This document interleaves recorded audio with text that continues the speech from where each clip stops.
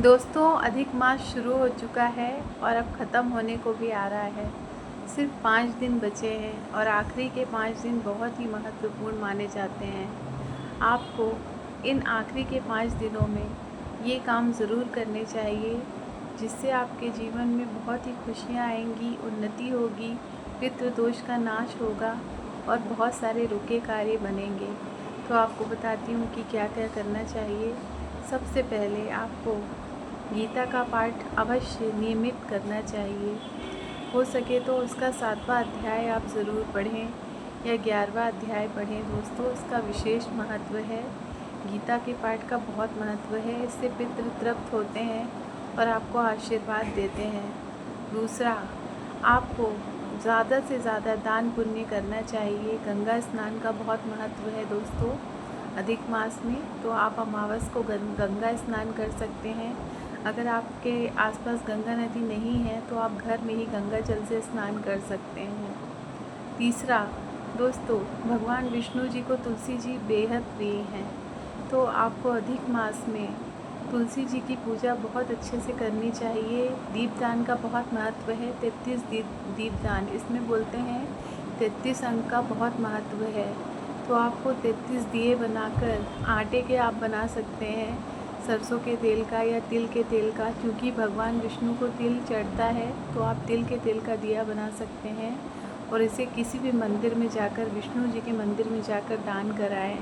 किसी नदी तालाब के पास जाकर दान करें, या तो पीपल के पेड़ के नीचे भी आप दान कर सकते हैं। और कहीं नहीं जा सकते तो आप घर में भी इन दियों को जला के भगवान विष्णु जी के सामने रख सकते हैं। इसका विशेष महत्व है।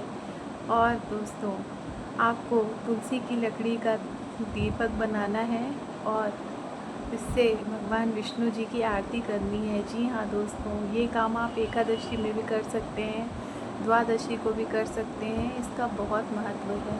तो आपको तुलसी के डंठल के 11 दिए तैयार करने हैं और भगवान विष्णु जी के सामने इसे शुद्ध घी में, गाय के घी में जलाना है।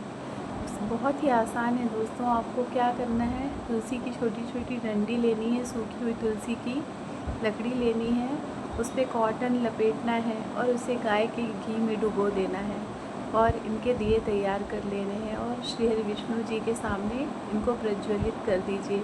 इसका बहुत महत्व है। अधिक मास में जो भी आप काम करेंगे, याद रखिए उसका आपको अनंत गुना फल प्राप्त होगा। इसलिए आप ज़्यादा से ज़्यादा शुभ कर्म करिए, जितना हो सके दान पुण्य करिए और गौ माता की सेवा अवश्य करिए दोस्तों। क्योंकि हमारे देश में गौ माता को बिल्कुल माँ ही समझा जाता है। भगवान कृष्ण की गौ माता बहुत ही प्रिय होती हैं।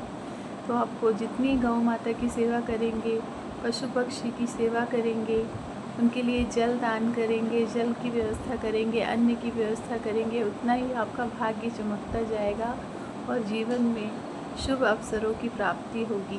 तो बिल्कुल भी ना छोड़ें अधिक मास को और जितना हो सके नाम जप करें। जी हाँ दोस्तों, अगर आप कुछ भी नहीं कर सकते, कोई तीर्थ स्थान नहीं जा सकते हैं, तो जितना हो सकता है आप घर में बैठकर सिर्फ और सिर्फ कुछ नहीं तो हरि का नाम जपिए।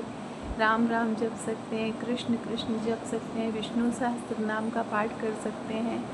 बहुत ही विशेष लाभ होगा आपको इसका और आप खुद देखेंगे कि जीवन में कितने बदलाव आ रहे हैं। तो ये आप उपाय करके देखिए। अधिक मास में बहुत ही इन सब चीज़ों का बहुत महत्व है।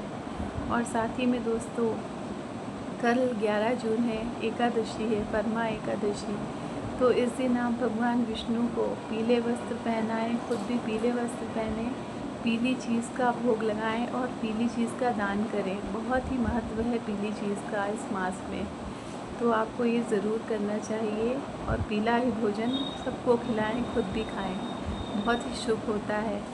और भगवान शिव जी को भी पीले फल ज़रूर चढ़ाएं। तो मिलते हैं अगली वीडियो में, तब तक के लिए जय श्री राम दोस्तों।